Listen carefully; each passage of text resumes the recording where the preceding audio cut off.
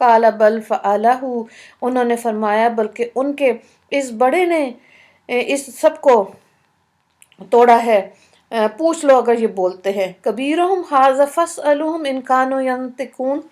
تو یہاں پہ دیکھیں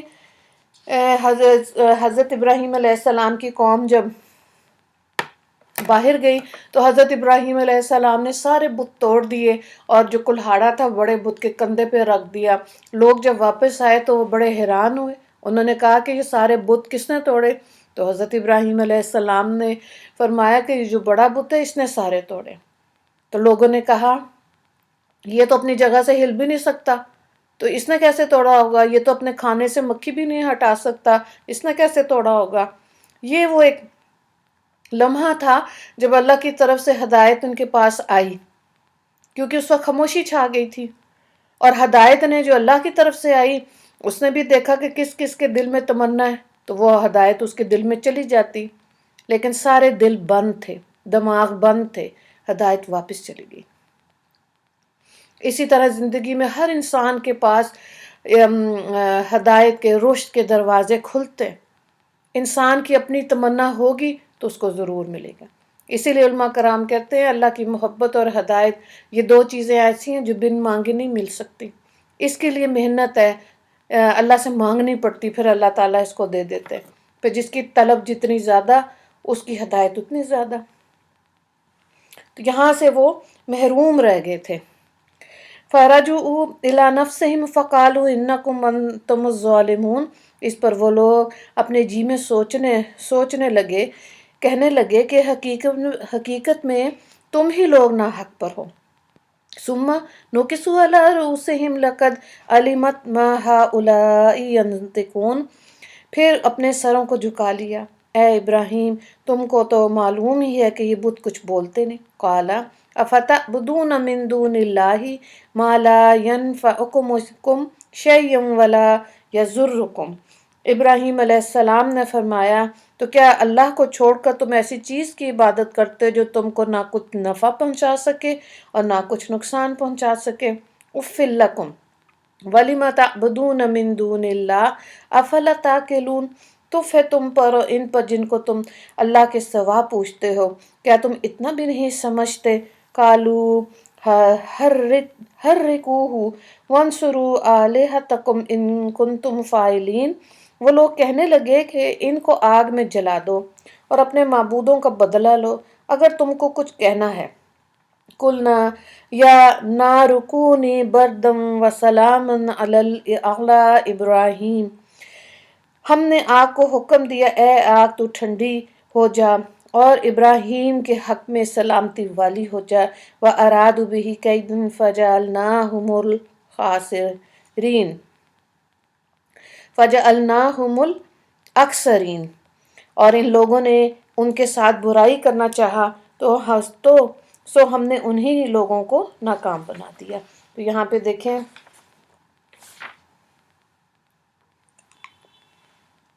حضرت عبداللہ بن عباس رضی اللہ تعالیٰ عنہما سے روایت ہے کہ جب لوگ حضرت ابراہیم علیہ السلام کو آگ میں ڈالنے کا قصد کر رہے تھے تو جو فرشتہ میہ برسانے پر تعینات تھا اس کو گمان تھا کہ اس آگ کے بجھانے کا حکم مجھے ہی ہوگا۔ وہ کان لگائے تیار تھا کہ کب اللہ تعالیٰ کا حکم ہو اور میں پانی برسا کے اس آگ کو ٹھنڈا کر دوں، لیکن اللہ تعالیٰ کا حکم کسی ذریعے کا محتاج نہیں۔ ادھر ابراہیم علیہ السلام کو آگ میں پھینکا جاتا ہے، ادھر براہ راست حکم خداوندی آگ ہی کو پہنچا کر میرے خلیل پر تو سلامتی اور ٹھنڈک بن جا۔ ابن عباس رضی اللہ تعالیٰ عنہ کا ایک قول ہے سے معلوم ہوتا ہے کہ اس حکم کے ساتھ ہی روئے زمین کی آگ کچھ دیر کے لیے ٹھنڈی ہو گئی اور اس وقت دنیا بھر میں کوئی آگ سے فائدہ نہ اٹھا سکا۔ حضرت ابراہیم علیہ السلام کی رسیاں جس سے باندھ کر آپ کو آگ کے شعلوں میں جھونکا گیا تھا وہ تو آگ نے جلا دی، لیکن آپ کے ایک رونگٹے کو بھی آگ نہ لگی۔ حضرت ابن عباس رضی اللہ تعالیٰ عنہ سے مروی ہے کہ اگر آگ کو صرف ٹھنڈی ہونے کا حکم ہوتا تو پھر ٹھنڈک بھی آپ کو تکلیف ضرور پہنچاتی، اسی لیے ارشاد ہوا یا نار کونی بردم وسلام علی ابراہیم۔ اور پھر یہ روایت آتی ہے کہ آپ آگ میں کتنے دن رہے؟ بعض نے کہا 7 روز، اور بعض نے کہا 40-50 دن رہنے کی روایات بھی ملتی ہیں، واللہ عالم۔ اگلی آیات کو دیکھیں، آیت نمبر 71 سے لے کے 75 تک۔ وَنَجَّيْنَاهُ وَلُوطًا إِلَى الْأَرْضِ الَّتِي بَارَكْنَا فِيهَا لِلْعَالَمِينَ۔ اور ہم نے ابراہیم علیہ السلام کو، لوط علیہ السلام کو ایسے ملک کی طرف بھیج کر بچا لیا جس میں ہم نے دنیا جہاں والوں کے لیے خیر و برکت رکھی ہے۔ وَوَهَبْنَا لَهُ إِسْحَاقَ وَيَعْقُوبَ نَافِلَةً وَكُلًّا جَعَلْنَا صَالِحِينَ۔ اور ہم نے اس کو اسحاق و یعقوب پوتا عطا کیے، اور ہم نے ان سب کو نیک بنایا۔ وَجَعَلْنَاهُمْ أَئِمَّةً يَهْدُونَ بِأَمْرِنَا وَأَوْحَيْنَا إِلَيْهِمْ فِعْلَ الْخَيْرَاتِ وَإِقَامَ الصَّلَاةِ وَإِيتَاءَ الزَّكَاةِ وَكَانُوا لَنَا عَابِدِينَ۔ اور ہم نے ان کو مقتدا بنایا کہ ہمارے حکم سے ہدایت کیا کرتے تھے، اور ہم نے ان کو ان کے پاس نیک کاموں کے کرنے کا اور نماز کی پابندی کا اور زکوٰۃ ادا کرنے کا حکم بھیجا۔ وَلُوطًا آتَيْنَاهُ حُكْمًا وَعِلْمًا وَنَجَّيْنَاهُ مِنَ الْقَرْيَةِ الَّتِي كَانَتْ تَعْمَلُ الْخَبَائِثَ إِنَّهُمْ كَانُوا قَوْمَ سُوءٍ فَاسِقِينَ وَأَدْخَلْنَاهُ فِي رَحْمَتِنَا إِنَّهُ مِنَ الصَّالِحِينَ۔ اور لوط علیہ السلام کو ہم نے حکمت اور علم عطا فرمایا، اور ہم نے ان کو اس بستی سے نجات دی جس کے رہنے والے گندے گندے کام کیا کرتے تھے۔ بلا شبہ وہ لوگ بڑے برے تھے، بدکار تھے، اور ہم نے لوط علیہ السلام کو اپنی رحمت میں داخل کیا کیونکہ بلا شبہ وہ بڑے نیک لوگوں میں سے۔ تو یہاں سے حضرت لوط علیہ السلام کی قوم اور جو سدوم میں رہتی تھی ان کے حالات بتائے جا رہے ہیں۔ حضرت لوط علیہ السلام حضرت ابراہیم علیہ السلام کے بھتیجے تھے۔ عراق کے قدیم شہر اور جو حضرت ابراہیم علیہ السلام کا بھی جہاں پیدائش کی جگہ تھی، حضرت لوط علیہ السلام کا بچپن حضرت ابراہیم علیہ السلام کی زیر سایہ گزرا، اسی لیے وہ حضرت سارہ یعنی حضرت ابراہیم علیہ السلام کی بیوی ملت ابراہیمی کے اولین مسلم ہیں۔ اور حضرت ابراہیم علیہ السلام نے عراق سے ہجرت فرمائی تو حضرت لوط بھی ان کے ہمراہ ترک وطن کر کے چلے گئے۔ حضرت ابراہیم علیہ السلام نے جب شام سے مصر کا سفر اختیار کیا تو اس وقت بھی حضرت لوط آپ کے ساتھ تھے۔ لکھا ہے کہ مصر سے واپسی پر آپ منصب نبوت پر فائز ہوئے۔ حضرت ابراہیم علیہ السلام نے آپ کو سدوم کے شہر میں بھیج دیا، موجودہ اردن کی جانب، جہاں آج بحر میت یا بحر لوط جس کو انگریزی میں ڈیڈ سی کہتے ہیں واقع ہے۔ یہی وہ جگہ ہے جہاں سدوم اور معمورہ کی بستیاں آباد تھیں۔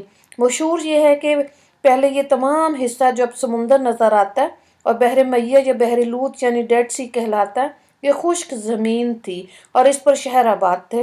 سدوم کی آبادی بھی اسی مقام پر تھی۔ یہ مقام شروع سے بحر نہ تھا۔ جب قوم لوط پر عذاب آیا اور اس سرزمین کا تختہ الٹا گیا تب یہ تقریباً زمین 400 میٹر سمندر سے نیچے چلی گئی اور پانی اوپر آ گیا، جس کا نام اس وقت جغرافیہ میں بحر لوط یا بحر میت کہلاتا ہے۔ ٹھیک ہے۔ آخر میں جب حضرت لوط علیہ السلام نے قوم کو اللہ کے عذاب سے، اس کی پکڑ اور غضب سے ڈرایا تو اس پر بھی وہ بدنصیب جو قوم تھی نا وہ سنبھل نہیں سکی۔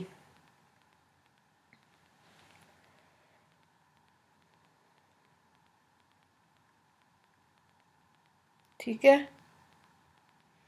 حضرت لوط علیہ السلام نے جب سدوم میں آ کر قیام کیا تو دیکھا کہ یہاں کے باشندے فحش کام کیا کرتے تھے اور دنیا کی کوئی برائی ایسی نہیں تھی جو ان میں موجود نہ ہو۔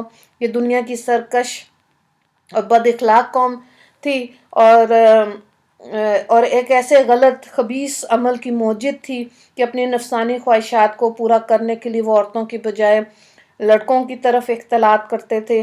دنیا کی قوموں میں اس وقت تک اس عمل کا قطعاً کوئی رواج نہیں تھا۔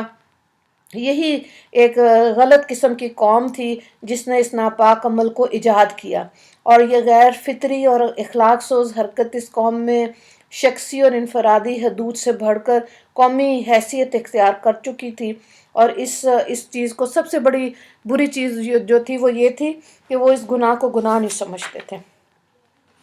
تو ظاہر ہے یہ بہت ہی جو چیز گناہ ہے سخت ہے، جب انسان اس کو گناہ نہیں سمجھتا تو پھر اس پہ اللہ کی پکڑ اور اللہ کا عذاب آتا ہے۔ اس رکوع میں 5 سوالات تھے۔ پہلا سوال، حضرت ابراہیم علیہ السلام سب سے زیادہ کس چیز سے بیزار ہوئے؟ دوسرا سوال، اللہ تعالیٰ نے آگ کو کیا حکم دیا؟ آیت نمبر 69۔ اوپر والا سوال آیت نمبر 51۔ تیسرا سوال ہے، حضرت ابراہیم علیہ السلام آگ میں کتنے دن رہے؟ اور چوتھا سوال ہے، سدوم کی آبادی کے حالات تحریر کریں، آیت نمبر 84۔ دعا کر لیتے ہیں۔